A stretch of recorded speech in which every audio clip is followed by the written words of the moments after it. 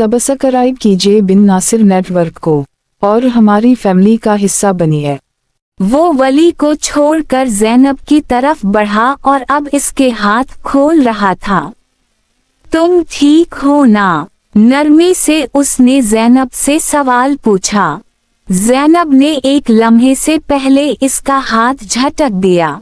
तुम्हारे लिए मर गई मैं नुमान, गुस्से से कहते वो उठ खड़ी हुई और नुमान का दिल टकरों में बट्टा महसूस हुआ।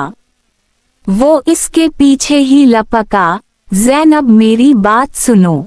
इससे पहले वो अगला लफ्ज अदा करता एक थप्पड़ खींचकर ज़ैनब ने इसके मुंह पर दे मारा। तुम जैसा मर्द जो इस जैसे घटिया इंसान का दोस्त हो, भूल जाओ मेरा तुमसे कोई रिश्ता है। मैं आज और अभी तुम पर खला का केस करूंगी। तुम जैसे मर्द के साथ रहने से बेहतर मैं तलाक याफ्ता रहूं। वो गुस्से से चीखती कमरे से बाहर निकल गई और नुमान फौरा इसके पीछे लपका। ज़ैनब तुम गलत समझ रही हो। इसने ज़ैनब का हाथ पकड़ा। उसने एक नफरत भरी नजर नुमान पर डाली, फिर अपना हाथ छुड़वाया। आइंदा मुझे छूने की हिम्मत ना करना, वो जख्मी शेरनी की मानिंद गराई। प्लीज यार, आइंदा मैं तुम्हारी हर बात मानूंगा, इससे दोस्ती भी तोड़ दूंगा। प्लीज ऐसा मत कहो, मुझे मुआफ कर दो। वो हाथ भी इसके सामने जोड़ चुका था। ज़ैनब के चेहरे पर तमस्खराना मुस्कुराहट नमूदार हुई। तो तुम्हें माफी चाहिए? इसका सर जोर वाव शोर से हाँ में हिला। ठीक है, तो अब जैसा मैं कहूंगी तुम्हें वैसा ही करना पड़ेगा, वरना याद रखना खला का नोटिस 1 हफ्ते में भेज दूंगी। नुमान ने फौरा अच्छे बच्चे की तरह सर हिलाया, मगर जैसे जैसे ज़ैनब बोल रही थी वैसे वैसे इसका चेहरा सफेद पड़ रहा था। तुम्हारी माफी सिर्फ एक फोन कॉल पर मुनहसिर है, जल्दी से कॉल करो और माफी ले लो। अब वो कुछ मगरूर हो रही थी। नुमान ने बिना सोचे समझे मोबाइल निकाला और फिर मतलूबा नंबर पर कॉल मिला दी। अगले आधे घंटे बाद उसी फार्म हाउस पर एक ब्लैक कार आकर रुकी। इसमें से शहरियर सुल्तान बाहर निकला। वो दोनों अब तक वहीं खड़े थे। बोलो नुमान, तुमने मुझे इतनी इमरजेंसी में क्यों बुलाया है? ये लड़की कौन है? इसने कुछ संजीदगी सवाल पूछा। ज़ैनब नुमान को साइड करती खुद आगे बढ़ी। मेरा नाम ज़ैनब है, हुरिया ज़ीशान की बचपन की दोस्त हूँ। हुरिया के जिक्र पर शहरियर के चेहरे पर चमक उभरी थी। ये फार्म हाउस आपका है? इसने हाथ से पीछे ही तरफ इशारा किया। हाँ, हमारा ही है। शहरियर संजीदगी से सब कुछ समझने की कोशिश कर रहा था। आपके भाई वलीद सुल्तान ने मुझे कदनीब किया और जान से मारने की कोशिश भी की, और शायद मेरी इज्जत पर भी हमला करता अगर बरवक्त नुमान ना आ जाता। मैंने आपको सिर्फ ये बताने के लिए बुलाया है कि आपका भाई आस्तीन का सांप है। वो भेड़िया है। गांव जाने से पहले हुरिया की इज्जत पर हाथ डालने की कोशिश की थी उसने। उस दिन भी नुमान की वजह से और कुछ मेरी हाजिर दिमागी ने हुरिया को बचा लिया, मगर इस बार वो आपको भी हुरिया से बदगुमान कर चुका है। ज़ैनब बहुत संजीदा थी, बहुत मुश्किल से अपने गुस्से को पी रही थी। ज़ैनब ठीक कह रही है शहरियर भाई, और मैं खुद उसका गवाह हूँ।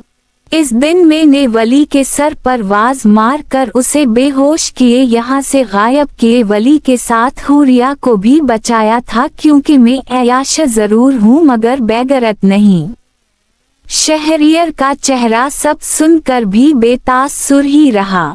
ज़ैनब और नुमान दोनों मुस्तरिब हो रहे थे। हुरिया कहाँ है?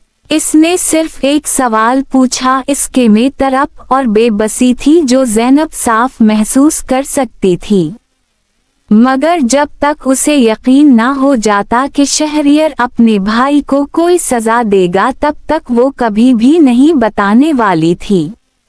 मैं नहीं जानती हुरिया कहाँ है, काश वो मुझे वापस मिल जाती, मगर वो हुरिया जो 3 साल पहले खोई वो अब तक वापस ही नहीं मिली। ज़ैनब के लफ्ज़ों में सच्चाई थी और वाकई जो हुरिया अब इसके पास थी वो कहीं से भी पहले जैसी नहीं रही थी। उसने अपने आंसू साफ किए और एक आखिरी नज़र शहरियर सुल्तान पर डाली। मुझे हुरिया बहुत अजीज है, आपको वो 3-4 साल से अजीज होगी, मुझे बचपन से है।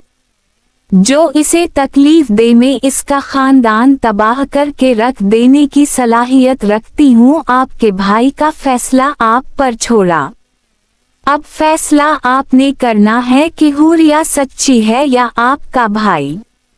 ये आपकी मोहब्बत और एतबार का फैसला है। चलती हूँ शहरियर सुल्तान। वो नोमान की तरफ पलटी। चलो, बहुत देर से गायब हूँ, अपी परेशान हो रही होनगी, इसे कहती वो गाड़ी की तरफ बढ़ गई। नोमान इसके सामने आकर खड़ा हुआ। इसकी आंखों में कुछ था कि शहरियर सुल्तान दहल उठा। आप भी एक बहन के भाई हैं, मैं भी हूँ, मगर शायद वलीद सुल्तान ये भूल चुका है कि इसकी भी आपकी एक बहन है। खुदा ना करे कल को नम्रा को कुछ हो, वक्त है उसे संभाल लें। हुरिया बेगुनाह थी, इसे हॉस्पिटल से धक्का देकर निकाला वली ने और सुनना चाहेंगे उसने किया। नोमान अपनी लाल अंगारा होती आंखों के साथ उसे अब वो सच्चाई बता रहा था जो वो अपने दिल में दबा कर बैठा था।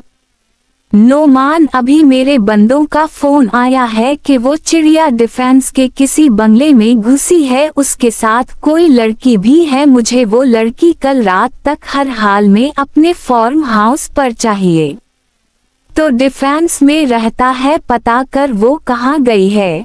जिस वक्त हुरिया हॉस्पिटल से निकली थी उसी रात की बात थी जब वलीद ने नोमान को फोन करके हुरिया को ढूंढने का हुक्म दिया। वो जैसे ही अपने कमरे से निकलकर नीचे आया तो इसकी भाभी और उनकी बहन ज़ैनब वो दोनों ही काफी परेशान बैठी थी। वो उनके करीब आया, मगर इन दोनों से होती नजर पीछे कमरे की तरफ गई जहां हुरिया सो रही थी, और इसकी आंखों में हैरानी उभरी। वो लड़की तो उसके अपने घर में थी।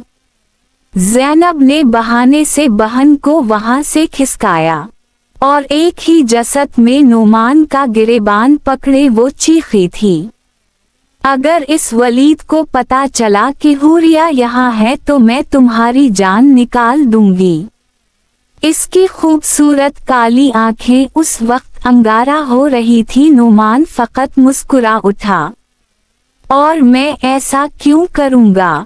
मुस्कुराहट दबाए उसने संजीदगी से पूछा। ज़ैनब को अपने अंदर आग की चिंगारियां भड़कती हुई महसूस हुई। भूलना मत नोमान, तुम्हारी अपनी भी एक बहन है और मेरी बहन उस वक्त तुम्हारे खानदान की बहू है। बहन, बेटी, बहू इज्जत होती है। इसने नोमान को कुछ गैरत दिलानी चाहिए। ठीक है, मैं इस सब में तुम्हारी मदद करूंगा, मगर मेरी एक शर्त है। ज़ैनब ने उसे सवालिया नजरों से देखा। मैं चाहता हूँ तुम भी मेरी माँ की बहू बनकर इस घर में आ जाओ। काफी पल लगे ज़ैनब को इसकी बकवास प्रोसेस करने में। अच्छी बकवास थी, मगर मैं क्यों ऐसा करूँगी? नोमान खल कर मुस्कुराया। क्योंकि तुम थोड़ी थोड़ी अच्छी लगने लगी हो। मगर ज़ैनब के चेहरे के तासुरात अभी तक वैसे ही थे। थोड़ी अच्छी लगी हूँ, मगर बाकी में सारी जहर हूँ। एक लफ्ज़ चबा चबा कर कहती वो पलटी। नोमान की नजर हुरिया तक गई, अपने दोस्त के लिए भी नहीं। ज़ैनब ने बेयकीनी से चेहरा मोड़ा, अब वो बहुत संजीदा था। अपने दोस्त के लिए इतनी कुर्बानी तो दे ही सकती हो, वरना मैं अपने दोस्त के लिए मोहब्बत की कुर्बानी दे दूंगा। ज़ैनब को जैसे यकीन ना हुआ, वो उसे धमका रहा था। कितने ही पल वो फटी फटी आंखों से उसे देखती रह गई। To be continue.